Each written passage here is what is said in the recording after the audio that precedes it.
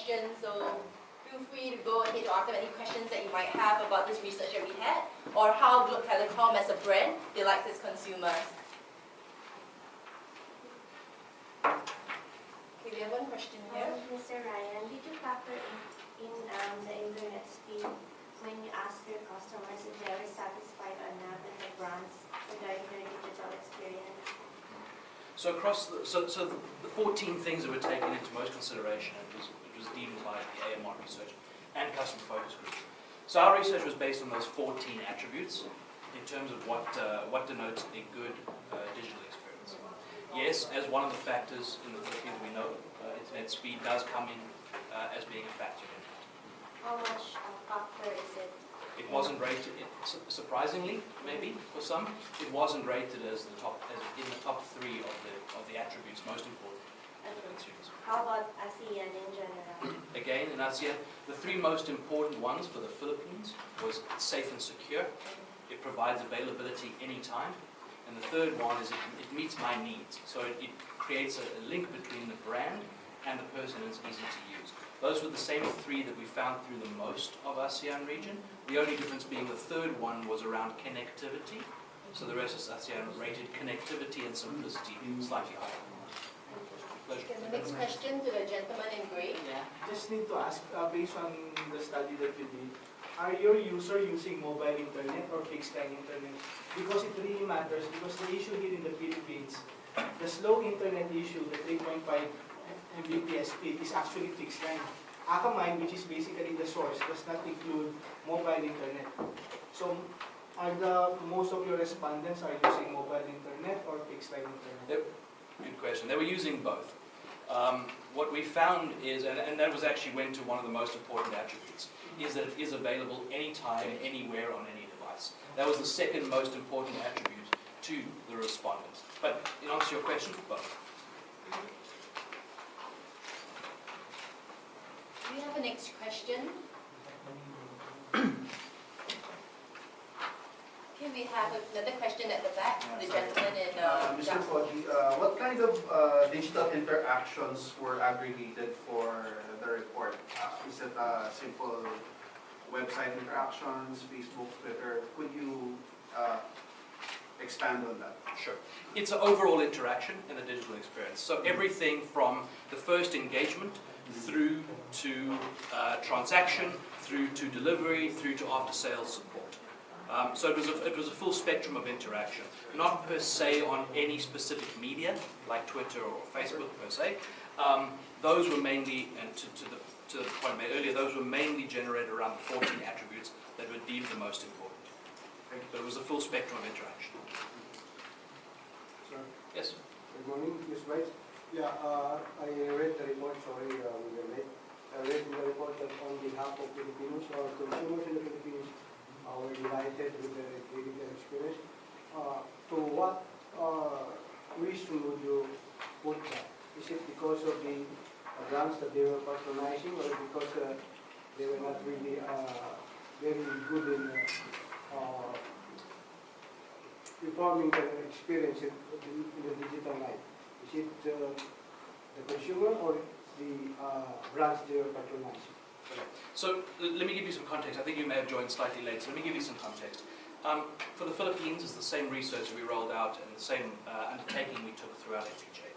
We had over 500 consumers, respondents, respond to a 15-minute online survey. And what that survey captured was their experience around their digital experience in general, digital experience by industry, digital experience by brand, customer loyalty, and customer advocacy. We did that for the top 5 industries in the Philippines. What we found is sorry, let me show it to you so you can have a better understanding of it.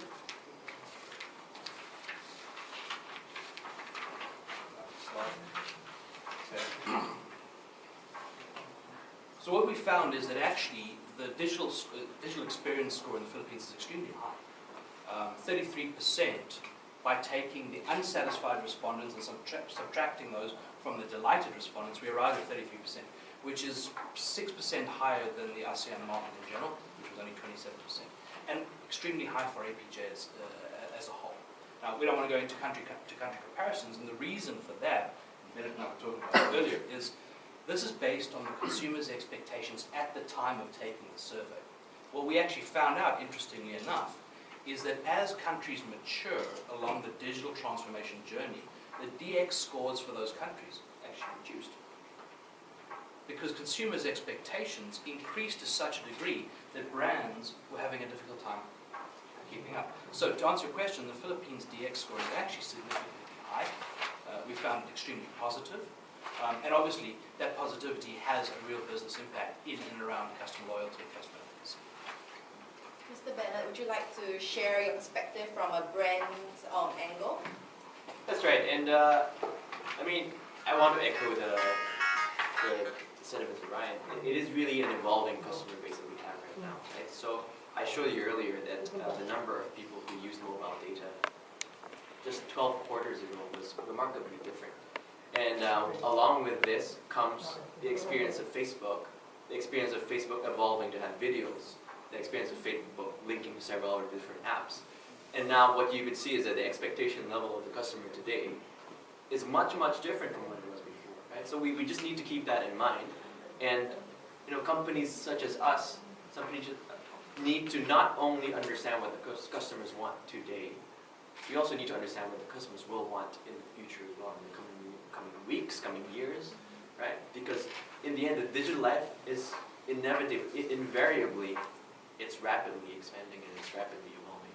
So what it is today, trust me about this, it will be very different, even just the end of the year. Just a follow-up. So consider that I am one of those customers or clients that are not delighted, not Sure. happy with the brand, not any particular brand. How would you make me happy? First of all, the way I would answer that is I would really want to know what you feel. So thank you for that. I would start off with making sure that I understand what our customers really feel and what they really, how they really feel about the service.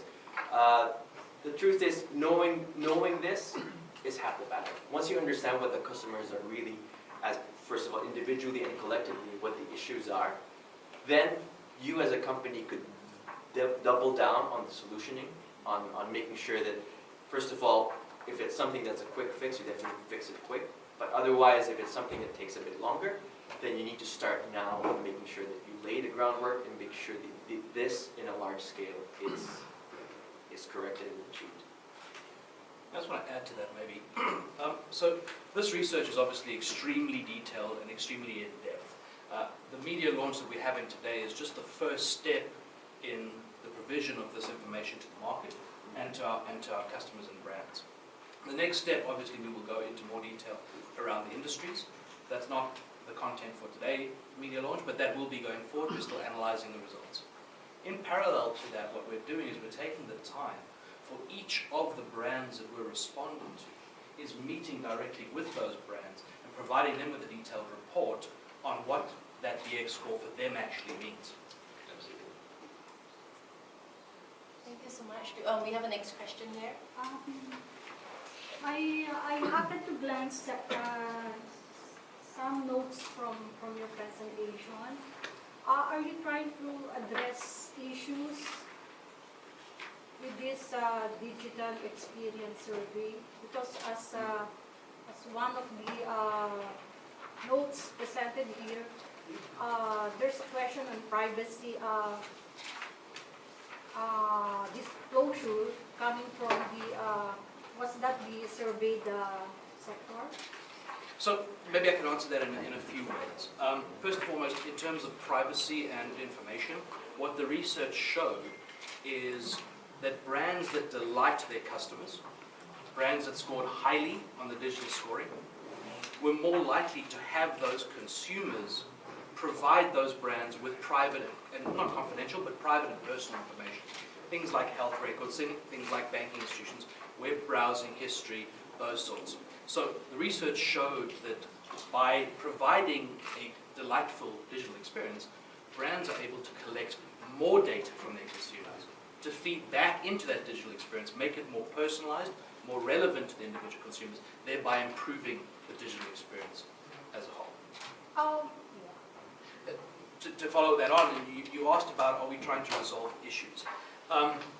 It's not issues per se, but what we found, and I've written about it previously in articles that some publications have already covered, is the issue that we find around the digital economy is not the opportunity.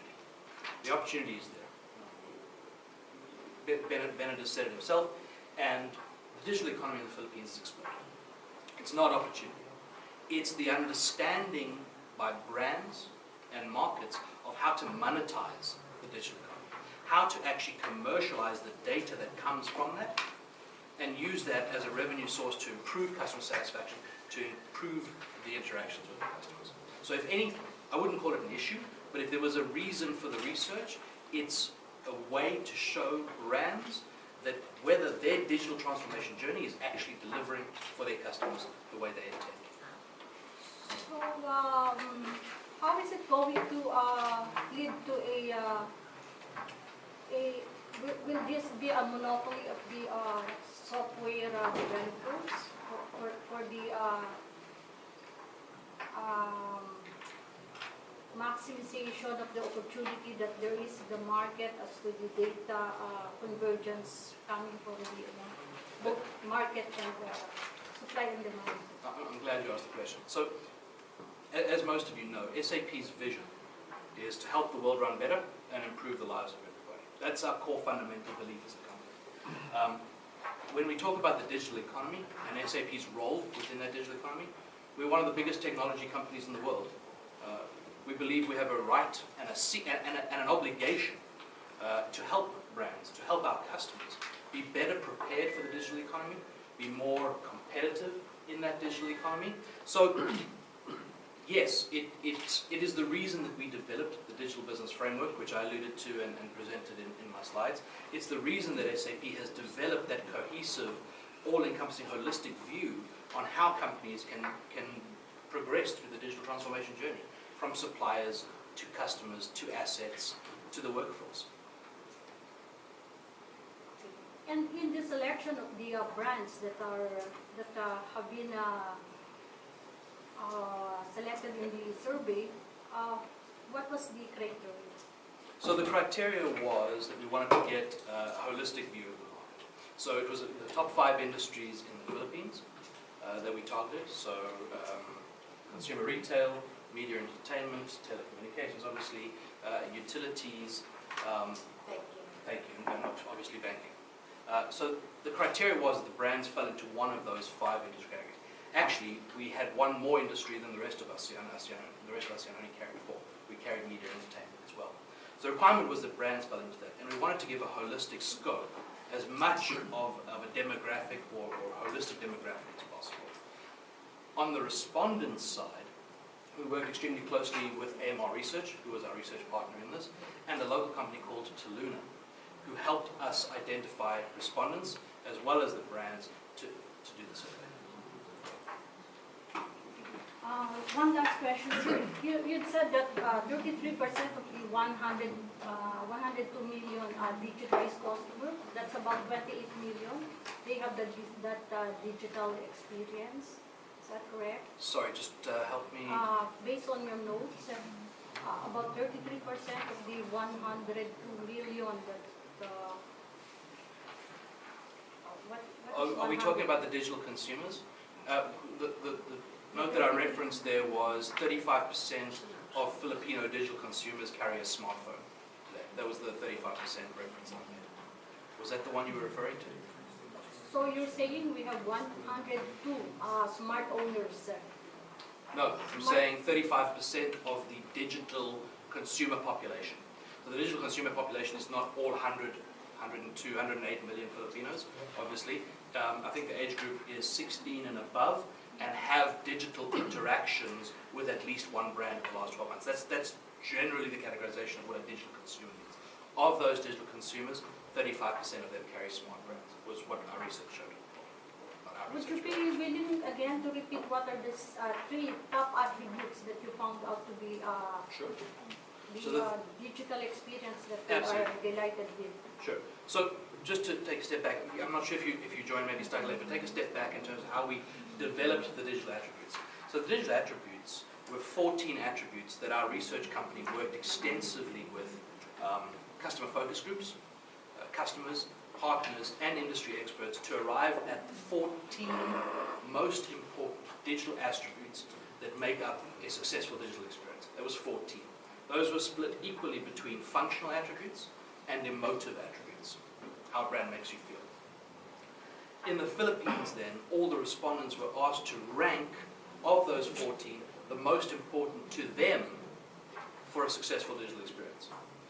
In order of priority, the first and foremost was that it was safe and secure, and that the brand delivering the digital experience made them feel safe and secure. 2 was that it was available anytime, anywhere, and on any device. And 3rd was around ease of access, and does it cater for my needs? Those were the 3 most important attributes that we found for the Philippines. When you mentioned about these 3 top attributes and pertaining to the age bracket, which is 16 years old and above, it seems that when we talk about the Philippine experience of the digital experience, we have here a segmented categories, wherein you have the entertainment, the business interest experience, and is there any other particular digital experience which you think in the topmost interest among the digitally I'm going to have to ask you to repeat the question. I'm not sure I understand the question. Pertaining to the age bracket, what do you think are the main interests of these digital users? Okay, so the research was a little bit more holistic than that. We have the details around it, but in terms of age group, yes, I've said that the digital consumer is considered 16 and above, but the demographic of the people that responded covered all age categories, and I showed it on my slide, but basically 18 to 24 years all the way to 60 and above were included in the survey. So it was representative of the entire population, not only that population that is so-called digital consumer. However, having said that, one of the prerequisites of the research was that they had a digital interaction with at least 2 of the 5 industries in the last 12 months. So it was a demographic that was representative of the entire population. We took into account things like geography, things like postal code, things like income bracket, to get a holistic view of what we believe is representative of the Philippine society. So bottom line, what is the common denominator that you would want to recommend to service providers, network providers, content providers, going forward to digitalize culture for the Philippine So a couple of things. One, as I've said, the Philippines has a positive digital experience score. At this moment in time, based on customers' expectations, at this moment in time. However, and you see it in Globe, hopefully Globe will answer some questions. Sure, absolutely. We see it in the way that some of the top brands are acting.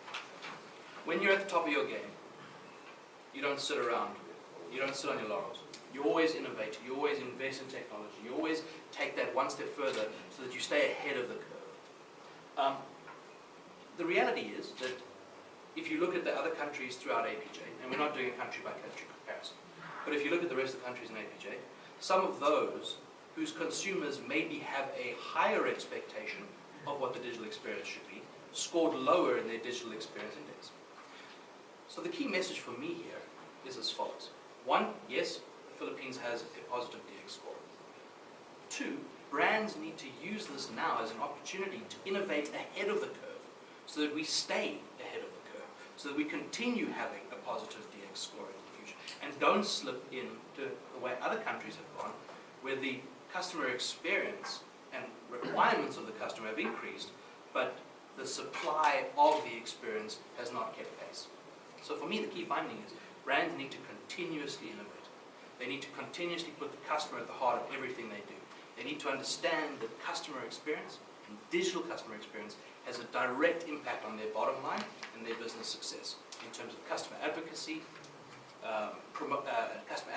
customer loyalty, and the ability to take that next leap of the digital experience, which is further customization of the digital experience. So it's not a case of a chicken and egg situation wherein or what we call you want the supply side on the brand itself, the product itself, the service itself to make the investment, and as to the digital network, which is the maybe speed, the internet, or all the necessary ecosystem that is needed for that will come along the way.